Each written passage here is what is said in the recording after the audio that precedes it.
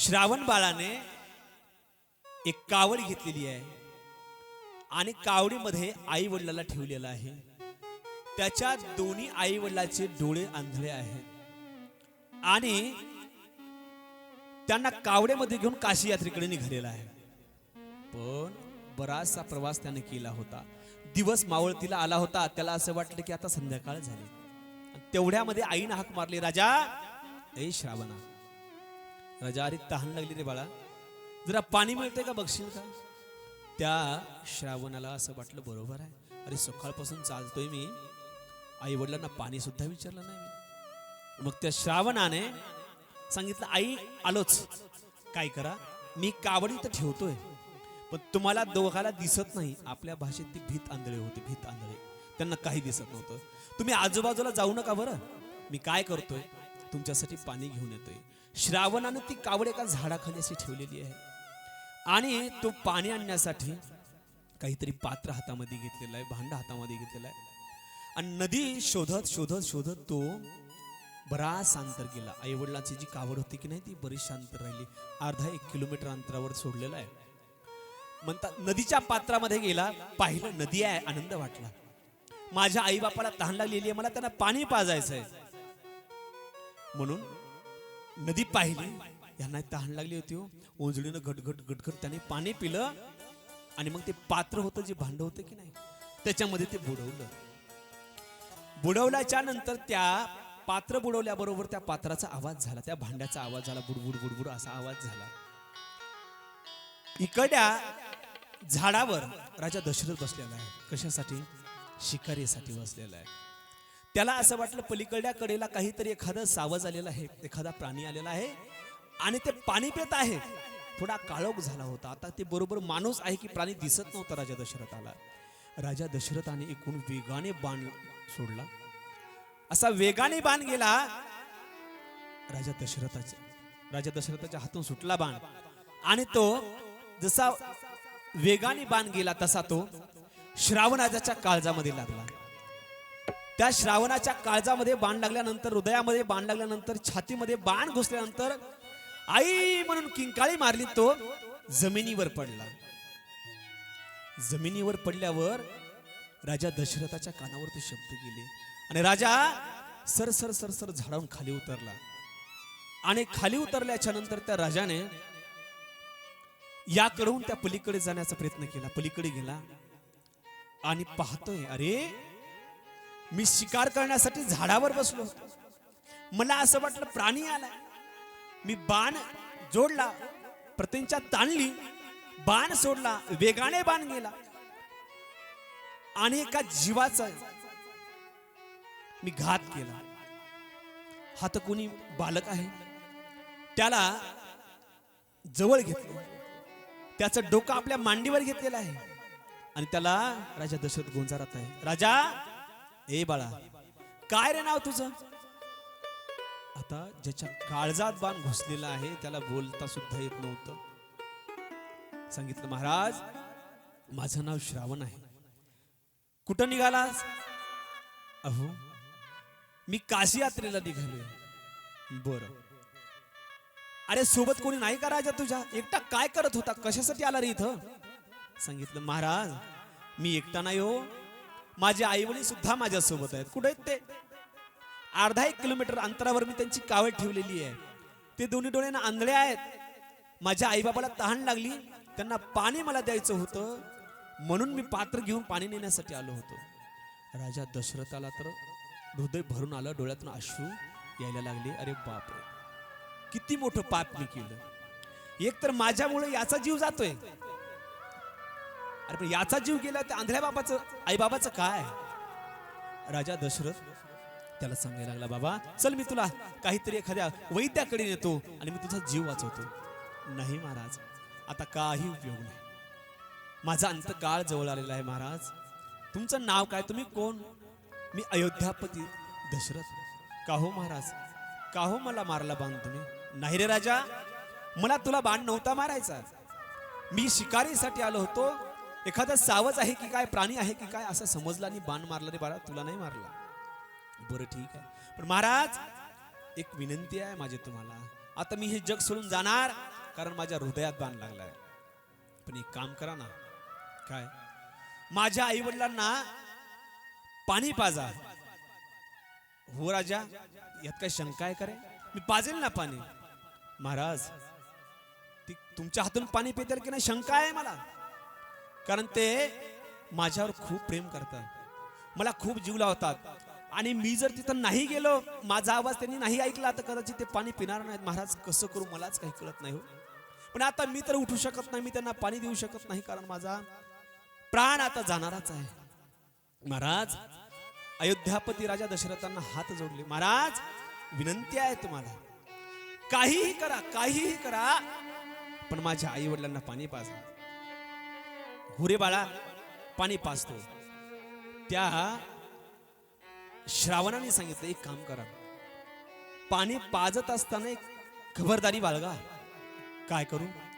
ज्या वेळेला हे भांड, हे पात्र माझ्या आई वडिलांच्या जवळ घेऊन जाल ना, त्यावेळेला माझ्या बाबाच्या हातात ते पात्र द्या, त्यांना पाणी पिऊ द्या, माझ्या आईला पाणी पिऊ द्या, आणि मग सांगा तुमचा दशरथ, तुमचा श्रावण या जगात नाही. जर तुम्ही त्यांना अगोदर सांगितलं ना, तर कदाचित ते पाणी पिणार नाहीत हो. बरं ठीक आहे राजा, तसं करतो. आणि म्हणता काही क्षणामध्ये त्या श्रावणाने आपला प्राण सोडून दिला. राजा दशरथाने आपल्या मांडीवरचं डोकं त्याचं खाली ठेवलं, आपला पितांबर जो काही वस्त्र अंगावर होतं त्याच्या अंगावर पांघरून टाकलं. बघू म्हणे, याचं नंतर अंत्ययात्रा आपण काय असेल अंत्यविधी करू, अगोदर तिकडे गेलं पाहिजे. याचा तर जीव गेलाय, पण पाण्यापासून त्यांचा जाऊ नये ना. म्हणून लगेच तो निघाला. राजा दशरथ निघाला, वेगाने निघाला. बघितलं तर काय, श्रावणाचे आई वडील एका झाडाखाली निवांत बसलेले आहे आणि काय बोलतायत बघा. का ग, आपण भाग्यवान आहोत, आहे की नाही? कोण म्हणतात? एकमेकाला दोघं बोलतात, का ग, आपण भाग्यवान आहोत. बघ ना, आपला एकुलता एक श्रावण किती किती किती आपल्यावर प्रेम करतो.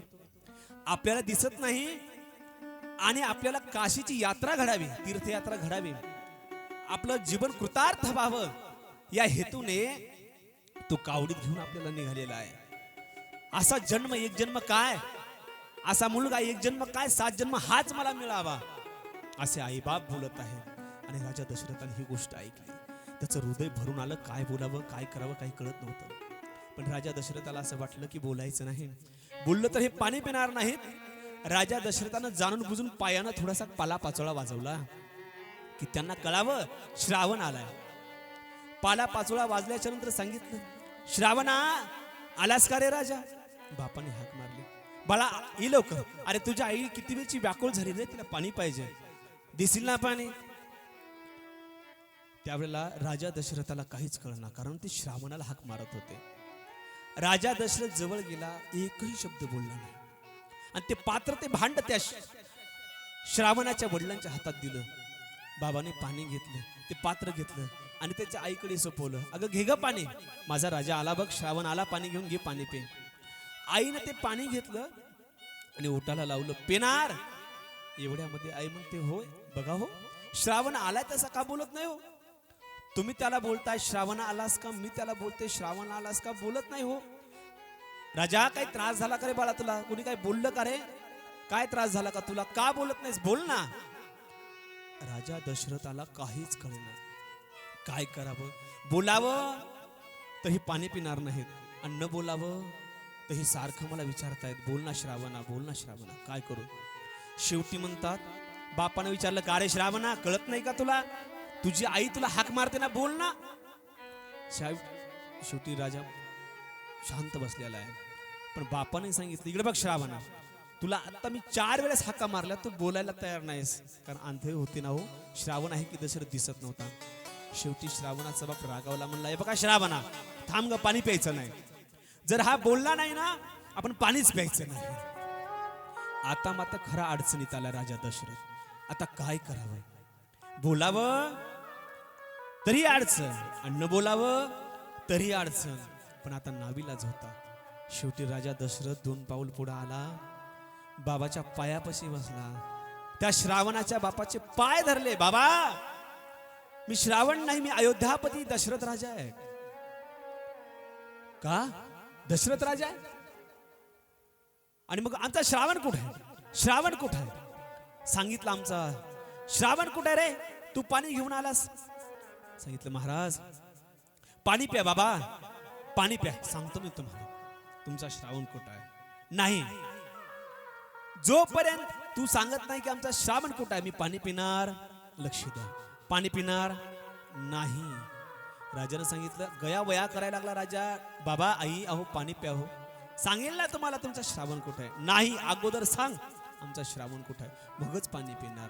आता राजाला नाविलाज होता. नाही सांगितलं तरी पाणी प्यायला तयार नाहीत. आता सांगितलं तर पाणी पितील की नाही ही शंकाच आहे. सांगितलं बाबा तुमच्या हृदयावर दगड ठेवा, धट मन करून ऐका. अहो ऐका, मी पापी आहे. मी अयोध्यापती राजा दशरथ पापी आहे. माझ्या हातून तुमच्या श्रावणाला बाण लागलेला आहे आणि तुमचा श्रावण हे जग सोडून गेलेला आहे. असं म्हणल्याबरोबर त्या श्रावणाच्या आईच्या हातातला तो तांब्या तो भांड पडून गेलं, फेकलं खाली. अरे बाप रे, आणि हंबरडा फोडून दोघही रडायला लागले. अरे राजा काय पाप केलंस, काय वाईट केलंस रे तू. का रे बाबा, काय आम्ही तुझं वाईट केलं होतं. का रे आमच्या बाळाला बाण मारलास. अरे आम्ही आंधळे आहोत, आम्हाला तीर्थयात्रा घडावी आम्हाला, यासाठी माझ्या लेकरांना कावड घेतलेली आहे आणि खांद्यावर घेऊन आम्हाला निघालेला आहे. अरे काशी यात्रा करणार होतो रे आम्ही, त्याच्या भरोशावर, त्याच्या जीवावर, आणि तू त्याचाच घात केलास. एकुलती एक आंधळ्याची काठी तू हिरावून घेतली. राजा ऐक राजा, हे बरं नाही केलंस. राजा दशरथाला काय बोलाव हेच कळत नव्हतं. तो रडायला लागला. बाबा नाबिलाज आहे हो, जाणून बुजून नाही मारलं मी त्याला, कारण मी शिकारीसाठी आलो होतो आणि तो पलीकडे त्या नदीच्या पात्रावरती पाणी भरत होता. अंधार पडला होता, मला असं वाटलं की ते सावज आहे, तो प्राणी आहे, म्हणून मी बाण मारला हो, जाणून बुजून नाही मारला. राजा तू जाणून बुजून मारलाय की कसा मारलाय मला माहित नाही, पण माझं लेकरू तर गेलं ना रे. आंधळ्याची काठी तू हिरावून घेतलीस, तू बरं नाही केलंस. बाबा पाणी प्याना. ए जा, आता जगायचंय कोणासाठी. जगायचं नाही रे आम्हाला, आम्ही आता मरणार.